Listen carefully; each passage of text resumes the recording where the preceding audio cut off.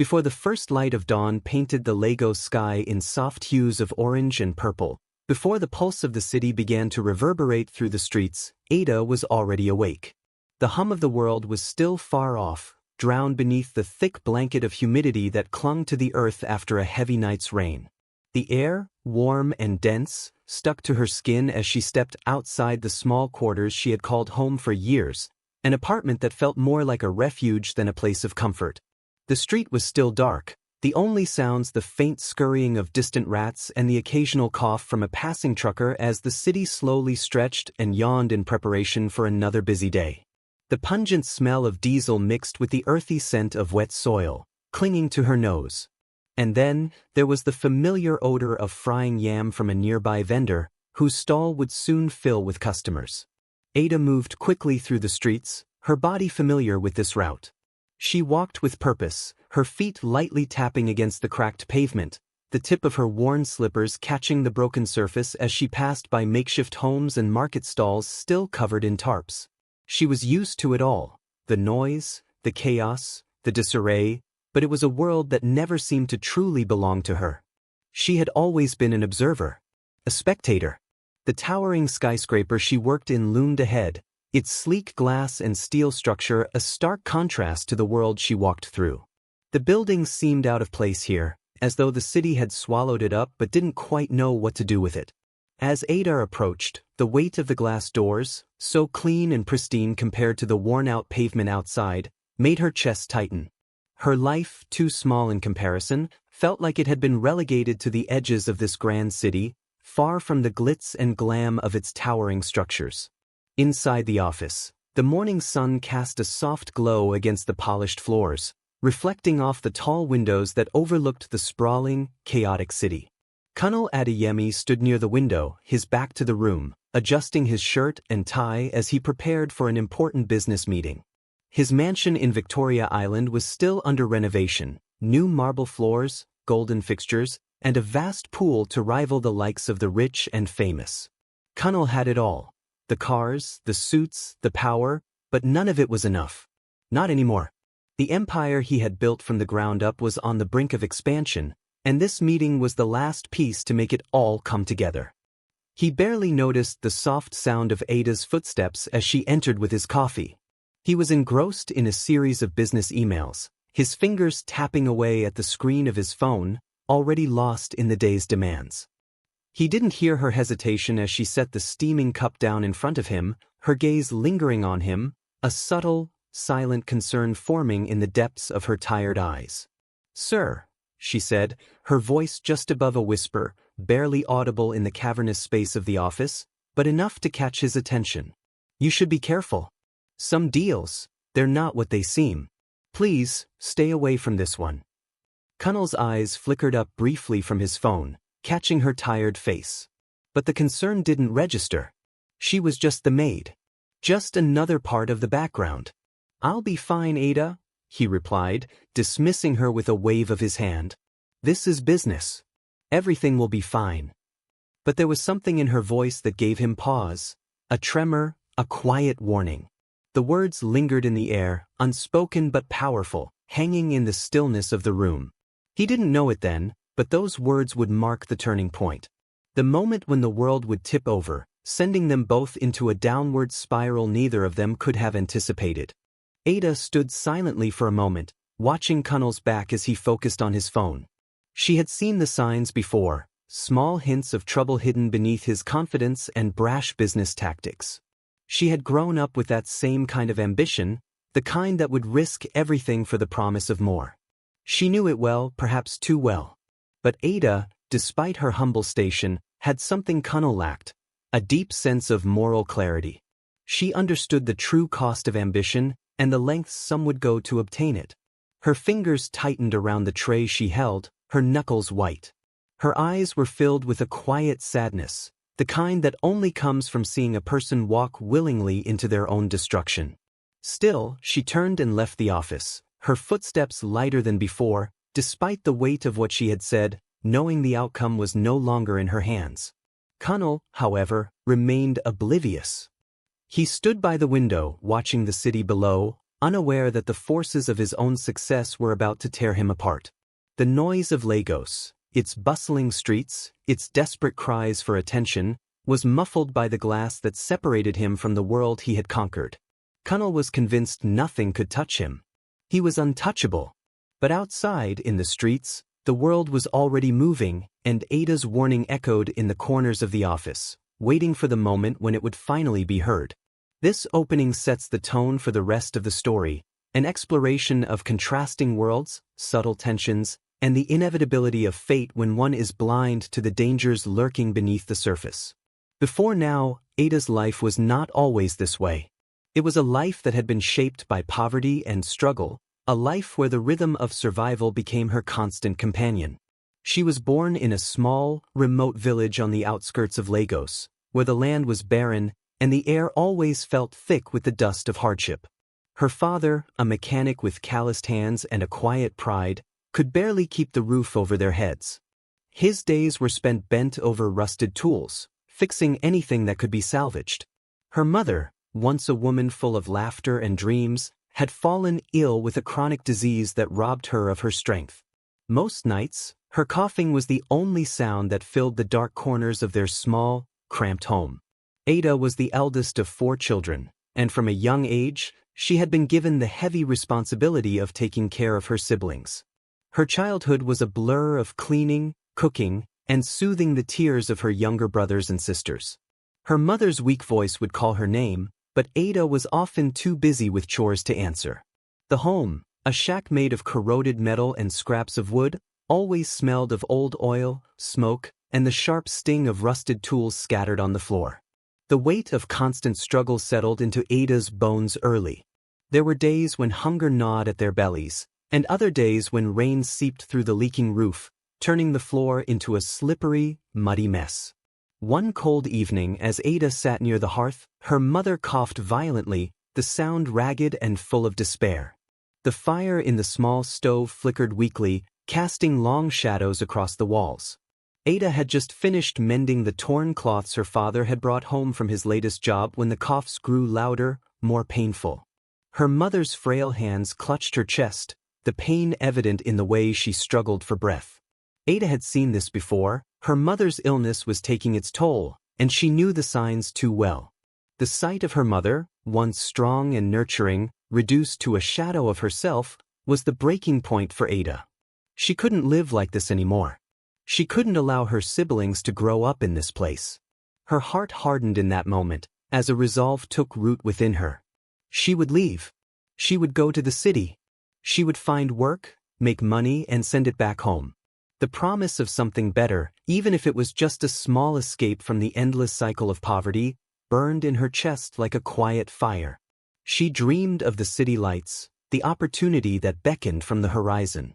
But most of all, she dreamed of a life where she could be something more than a caretaker. Ada packed a small bag with the few clothes she could carry, kissed her mother's forehead, and made a vow to herself that one day she would return, not as a daughter tied to the dirt, but as a woman who had carved out a place for herself in the world. She left before dawn, walking down the narrow road that led to Lagos. The journey was long and fraught with uncertainty, but with every step, the promise of a new life felt more real. When Ada arrived in Lagos, the vastness of the city swallowed her whole. She was just another face in the crowd, a tiny speck in a world that was constantly moving, constantly alive. The bright lights of the city, the towering buildings, the noise, it was all overwhelming. But Ada had come prepared. She was determined. She found her way into a wealthy home, offering her services as a maid. The pay was small, just enough to send a portion back to her family, but it was a start. She had the chance to send money home regularly, and in those moments, her heart swelled with a sense of accomplishment. But the loneliness was unbearable. The family she worked for, wealthy, well-dressed, and aloof, treated her like she was invisible, like she was nothing more than a tool to be used and discarded. The women in the house would ignore her, as though her presence were an inconvenience. The men would pass her by without a second glance, lost in their own world of business and privilege. At night, When she lay in her small room, the sounds of the city outside filling the silence, Ada's heart would ache with memories of her childhood. She remembered the nights when her father would tell stories by the fire, the warmth of his voice offering comfort and security. She remembered her mother's soft lullabies, the way her hands had once brushed Ada's hair with love. Those memories felt distant, like something from another life, a life that she could never return to. Ada kept her head down, doing her work with precision and care. She scrubbed the floors until her hands ached, she cooked meals, cleaned, and performed every task asked of her without complaint. The work was exhausting, but it was all she knew. The isolation of the city, the loneliness of being away from her family, gnawed at her. But deep inside, she never stopped hoping for something better. She hoped that one day, someone would see her not just as a servant but as a person. A person who deserved a life of her own, one where she could stand tall with purpose and dignity. But for now, Ada was patient. She didn't complain. She did what was expected of her, and she dreamed. In the quiet moments between chores, she would look out the window of the home she worked in, watching the city's lights flicker like stars in the distance, and she would remind herself that there was more to life than this. She had not come to Lagos to be forgotten. She had come to find her place in a world that seemed too big to conquer. And with every dollar she sent back home, with every small sacrifice she made, Ada was inching closer to her dream. Yet, the city would soon show her just how difficult it was to truly belong in a world that often ignored those who worked the hardest. And it was here, in this world of silence and dreams, that she would encounter Colonel Adeyemi, the billionaire who would change everything. In this section, the struggles Ada faced while growing up and her drive to find a better life are explored. The weight of her past is reflected in the choices she makes, her sacrifice, and her constant longing for something beyond servitude. The tension between her quiet resilience and the oppressive forces of poverty and class sets the foundation for the pivotal moment when her path crosses with Colonel's. It was at a charity event, in the heart of the city, that Ada first noticed Colonel. The event, held in one of the most exclusive venues in Lagos, felt like an entirely different world to her. It was a place of opulence, where the rich and powerful gathered in their finest clothes, their laughter echoing across the marble floors. The chandeliers glittered above, casting soft light across the perfectly arranged tables, while waiters in sharp uniforms moved gracefully between guests, offering champagne and hors d'oeuvres. The atmosphere was thick with the scent of expensive perfume and the hum of polite conversation. Ada had been asked to assist in serving drinks, a rare invitation given to the staff, but it was more of a chance to be invisible than to be seen. She moved quietly, her eyes lowered, carrying trays laden with crystal glasses. She had done her job countless times before, accustomed to the glittering world that swirled around her while she remained in the shadows. Yet, tonight was different. The crowd seemed larger, more radiant, and she felt the weight of their gazes as they passed her by, their attention never lingering on her for long. As she made her way through the crowd, her gaze accidentally caught Colonel's. He was standing by the large window that overlooked the city, his back slightly hunched as he peered out into the vast sprawl of lights below. The way the evening sun caught his face, a mixture of soft light and shadow, made his features look more intense than she had expected. The deep lines on his face, etched from years of hard work, seemed to speak of a man who had seen both the heights of success and the depths of failure. His eyes, though confident, carried the weight of loneliness, the kind that seemed out of place in a room so full of life and laughter. For just a moment, their gazes met, and Ada felt something stir inside her. It wasn't the recognition of his wealth, nor the power that clung to him like a second skin. What struck her was the vulnerability that flashed in his eyes. It was fleeting, almost imperceptible, but it was enough for her to notice. There was something raw beneath his polished exterior, something she could understand. Perhaps it was the exhaustion, the weight of constant striving that resonated with her own silent struggle. She didn't know why, but in that brief exchange, the air seemed to shift, connecting their worlds for a fraction of a second. Colonel, for his part, noticed her too. In a room filled with well-dressed people, all wearing their masks of success, Ada stood out to him in a way he didn't expect. She wasn't like the others. Her posture was different. There was no pretense in the way she moved, no arrogance, just a quiet strength in the way she carried herself. He had seen many women in his life, but none like her. Something in the way her eyes met his, unafraid, yet distant, made him pause. Their worlds couldn't have been more different. He, the billionaire, a man of power and influence, surrounded by wealth and adoration. And she, the maid, the invisible backbone of the wealthy, who could never step out of the shadows. And yet, for that fleeting moment, Connell saw her not as a servant, but as a person, someone who knew the weight of hard work, of sacrifice, of wanting something more but never quite being able to reach it. It was in that moment that Connell spoke to Ada. His voice, when he finally broke the silence, was soft but filled with a curiosity she wasn't used to. "You seem to understand what it means to truly work for something, don't you?" Ada blinked, caught off guard by his words. She had heard similar phrases before, but never spoken with such sincerity. She nodded, unsure of what to say. She had worked her whole life for something she could never quite grasp, an escape from poverty, a sense of worth, a life beyond servitude. Her heart felt something stir within her, a fleeting connection that made her feel seen for the first time. "Yes," she replied quietly. "I do." Connell looked at her, and for a moment, the noise of the event faded. The city lights outside seemed to blur into the distance as he focused on her, sensing the quiet strength she carried in her soul. There was no arrogance in her eyes, no desire for recognition. Just a woman who had worked, who had sacrificed, who had held on to hope in the face of everything that had tried to break her. The connection between them, though subtle, was real. It was like a fragile thread woven between two people who, for just a moment, understood each other's unspoken truths. There was no room for pretense in that exchange, no roles to play, no masks to wear. Only two people, standing in a grand room, sharing a moment of silent understanding. And with that, their worlds began to shift. A bridge had been formed between them, one that wasn't defined by wealth, status, or expectations. It was an unspoken bond of human experience, of longing for something beyond what life had given them. Connell's curiosity grew, pulling him closer to Ada, and for Ada, something inside her began to change. For the first time in years, she felt like she wasn't just a maid. She was someone who mattered.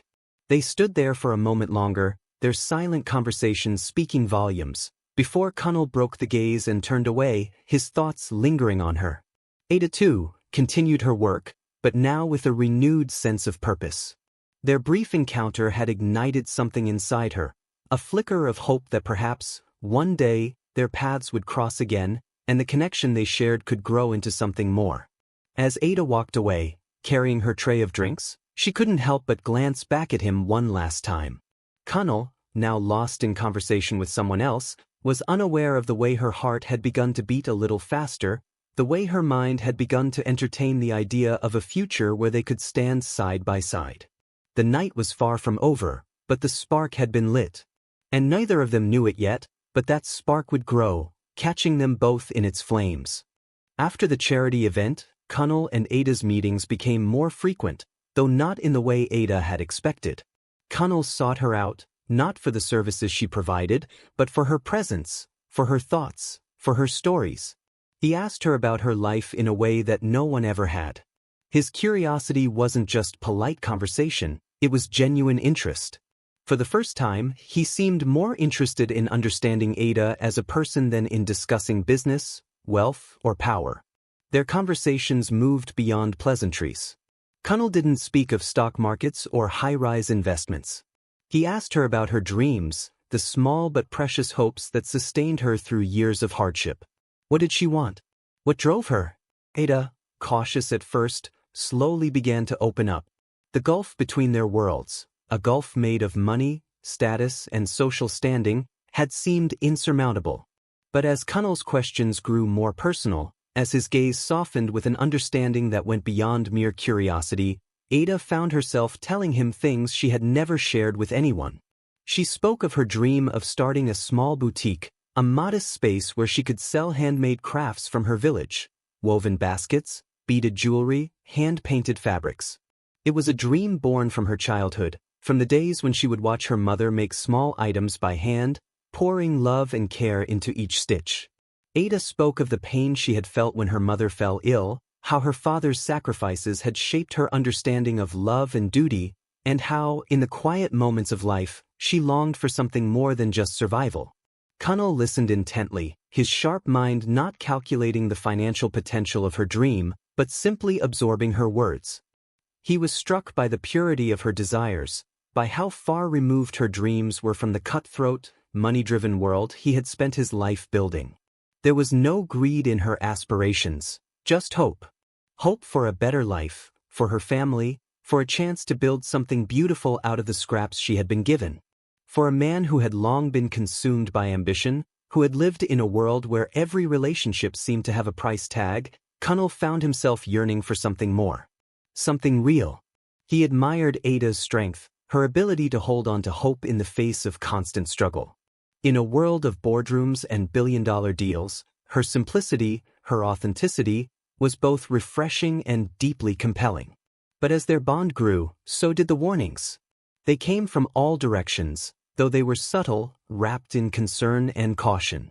Mary, a close friend from Ada's village, who had once encouraged her to leave the small town and find a better life, now looked at Ada with a different kind of worry in her eyes. One evening, after a quiet dinner together, as they walked through the dimly lit streets near Ada's small apartment, Mary stopped her. "Be careful, Ada," she said, her voice low but heavy with meaning. "Some people don't see you as more than what you do for them.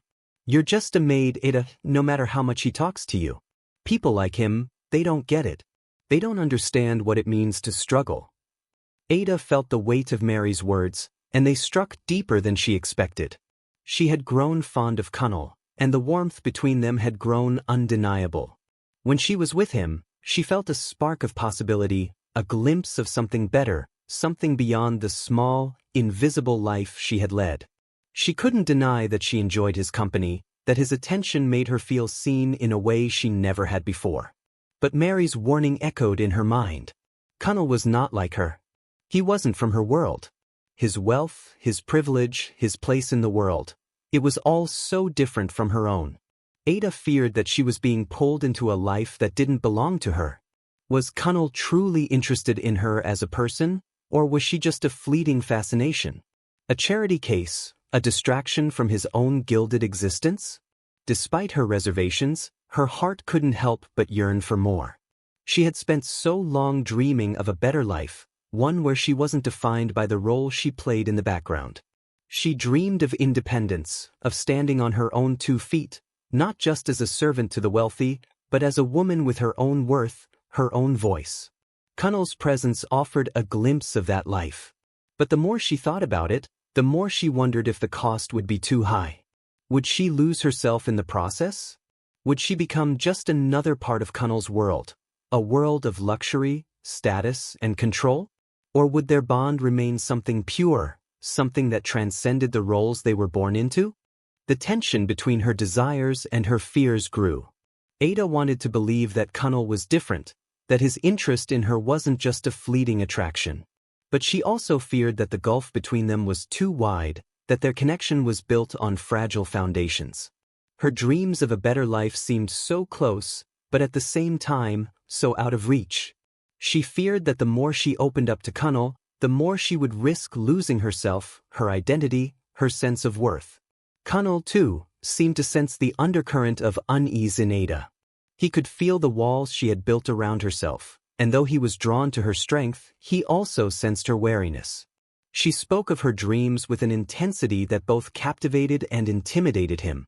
But at times, there were moments when he could see the doubt in her eyes, the hesitation in her voice. Despite the warmth between them, Kunnel wasn't blind to the challenges they faced. The difference in their lives was too stark to ignore. And yet he found himself willing to take a risk. For the first time, he was unsure of the next step, unsure of what he truly wanted from their relationship. But he knew one thing: Ada had something he needed. Not just her warmth, not just her beauty, but her hope, her resilience, and her ability to live a life free from the weight of status and privilege. In the quiet spaces between their conversations, Kunnel wrestled with his own moral dilemma. Was he merely drawn to Ada because she was different, because she represented something pure that his world lacked? Or was there more to this connection? And if he did pursue her, would he truly be able to give her the life she deserved, or would he simply drag her deeper into the world of power and wealth that had already consumed him? The future was uncertain. But one thing was clear: Ada's dreams and Kunnel's ambitions were colliding in a way neither of them could predict. The courtship that had begun with innocent curiosity was now tangled in moral questions, in the tension between desire and fear. They were standing at a precipice, unsure of which way to go, but both unwilling to walk away. The joy between Kunnel and Ada had been fleeting, a fragile spark in a world too often consumed by the weight of ambition. Their connection, which had once felt like a quiet promise of something more, was now overshadowed by the looming shadows of the business world. Kunnel's decision to enter the business deal, the one that Ada had warned him about, had seemed like the right move at the time. A high-risk venture, but one that promised exponential rewards. He had been so convinced of its success, so certain that this investment would bring him closer to the empire he longed to build. But Ada had seen the cracks from the beginning. She had sensed something about the deal that Kunnel had missed. She had warned him, quietly, with the caution of someone who had lived long enough to recognize the danger lurking behind the glossy promises of business deals. She had spoken of the frailty of dreams built on illusions, but Kunnel, caught in the whirlwind of his ambition, had dismissed her words. And now, the deal had spiraled out of control. What had once seemed like a promising opportunity quickly turned into a financial disaster. The numbers didn't add up, and the promises made by the man behind the deal, a trusted old acquaintance of Kunnel's, were hollow. The investment, which had been painted as a surefire win, was nothing more than an elaborate scheme. Ada had been right. The man Kunnel had trusted most, the one he had considered a friend, was a fraud. Kunnel's heart sank as the news trickled in, piece by piece, until the full scale of the collapse became undeniable. His company, once the picture of success, was now on the brink of financial ruin. His trusted partners began to pull away, his investors demanding answers. The weight of failure pressed down on him, suffocating him in the high-rise penthouse that had once been a symbol of his power. Sitting alone in his office, Kunnel could feel the walls closing in on him. The cold, sterile environment of his office, the same space where he had made countless decisions, where he had built his empire, now felt foreign. The city stretched out beneath him, vast and indifferent, a reminder of everything he had built and was about to lose. As Kunnel ran his hands through his hair in frustration, he overheard a conversation through the thin walls of his office. It was a hushed exchange between two of his senior staff, a conversation he wasn't meant to hear, but one that would shatter him to his core. They spoke of betrayal, the very betrayal he had been blind to for so long. His closest business partner, the man who had promised to help him navigate the complexities of the deal, had been behind the fraudulent scheme all along. Kunnel's hands trembled as he listened to the truth unravel in the silence of his office. The man he had trusted, the man he had considered a friend, had taken advantage of his ambition, his drive, and his desperation. The betrayal was not just financial, it was personal. The man had exploited Kunnel's trust, manipulating him for personal gain, and now Kunnel was left to pick up the pieces of his shattered empire. The collapse was swift. The company's stock price plummeted, and with it, Kunnel's status. The financial ruin he had feared was now a reality. His reputation, built over years of hard work and sacrifice, was in tatters. The people who had once admired him now looked at him with pity. He was a failure, a man who had been blinded by greed and ambition, who had allowed his dreams to outweigh the warnings of the people who cared for him. In the midst of the storm, Ada had already distanced herself. She had seen the signs before Kunnel. She had known, deep down, that his rise to power would inevitably lead to a fall. The warnings she had given him were not just about business, but about the dangers of losing oneself in the pursuit of success. She had feared that his fall would drag her down with him. Ada's heart had broken when she saw the signs of Kunnel's inevitable collapse, but she knew she couldn't be a part of it. She couldn't allow herself to be consumed by the same ambition that had led Kunnel down this path. She had tried to warn him, and now, as she watched the world around him crumble, she knew that she had made the right decision. The love she had felt for him, the hope she had carried for their future, was now overshadowed by a quiet sadness. Ada had already started to pull away, finding solace in her work, in her dreams, and in the reality of her life that had never promised the luxury or excess that Connell's world had offered. She was alone, but in a way, she was more steadfast than she had ever been.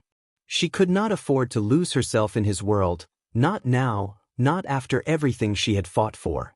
Connell, sitting alone in his office, his mind spinning with the weight of betrayal and loss, finally understood the warning Ada had given him. It hit him with the force of a tidal wave. Too late to undo the damage that had been done. The trust he had placed in his business partner, in the man he had called a friend, had been misplaced. The collapse of his empire, the loss of his fortune, it was all because of his own blind ambition, his own failure to listen. As Connell sat there, trembling, feeling the crushing weight of failure, he knew that he had lost not just money, but something far more valuable. He had lost himself. The very thing that had driven him to the heights of success, the same ambition that had once made him feel invincible, had now turned into his greatest downfall. In the end, Connell had nothing left. The promises of success, of wealth, of power, had vanished in the blink of an eye, leaving him with the stark reality of his mistakes. And Ada, the one person who had tried to steer him away from this path, was no longer there. It was too late. The damage had been done. And Connell was left to face the consequences of his choices alone. After the betrayal, Connell didn't break. He turned inward, facing his failure with quiet resolve. The lessons learned through hardship became the foundation of his recovery. No longer blinded by ambition, Connell now understood that true success wasn't measured by wealth but by integrity. He worked relentlessly, using his vast knowledge, connections, and every legal tool available to him. The financial market responded to his precision. Each calculated move rebuilt his empire, slowly but surely. The strategy wasn't quick, but it was deliberate, driven not by a desire for more but by a desire to prove his own worth. Through it all, Ada watched from the sidelines, continuing to build her own life and find peace. She had moved on but always noticed Connell's progress.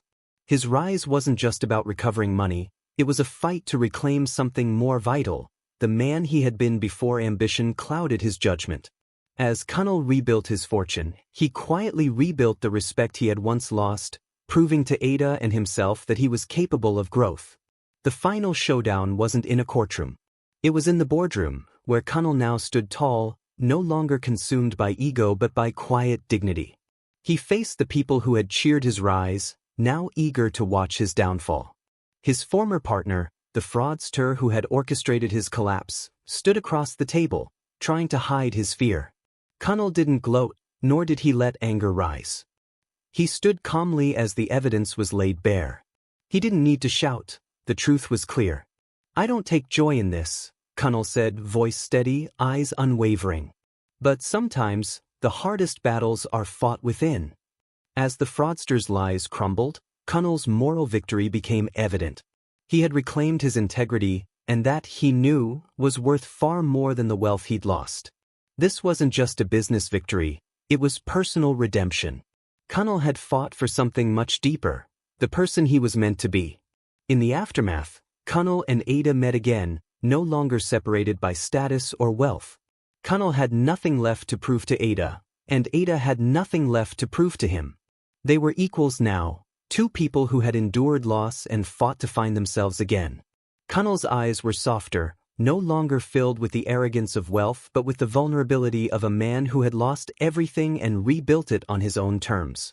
Ada saw him clearly now, no longer the man of ambition, but a man who had fought for his integrity and earned her respect.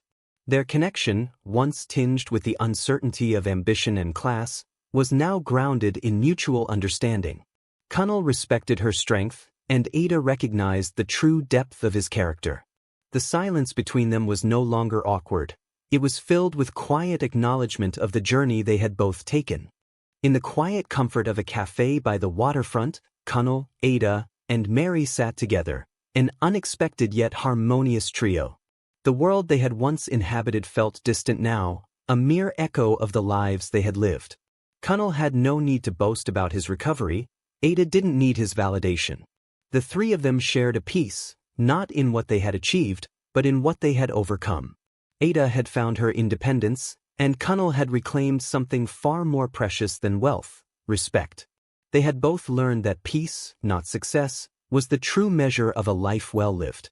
Kunnel introduced Ada to Mary, and in that simple gesture, they saw each other not through the lens of class or ambition, but through the quiet shared strength of their humanity. As they walked together down the streets of Lagos, a place they both knew too well, there was no need for words. Ada was no longer defined by her past, and Kunnel was no longer chained by his ambition. The city, in all its chaos, moved on, but for Ada and Kunnel, the future was no longer defined by what they had lost, but by the peace they had found. Ada's head was held high, her heart lighter than it had ever been. She wasn't just a maid anymore, she was a woman who had fought for her dignity and found it. Kunnel, walking beside her, had found something equally valuable: a quiet, hard-won respect for those who had always known the true meaning of struggle. The city moved on as it always did, but for Ada and Kunnel, a new chapter had begun, a chapter not about ambition, wealth, or failure, but about the quiet victories of personal growth, mutual respect, and peace.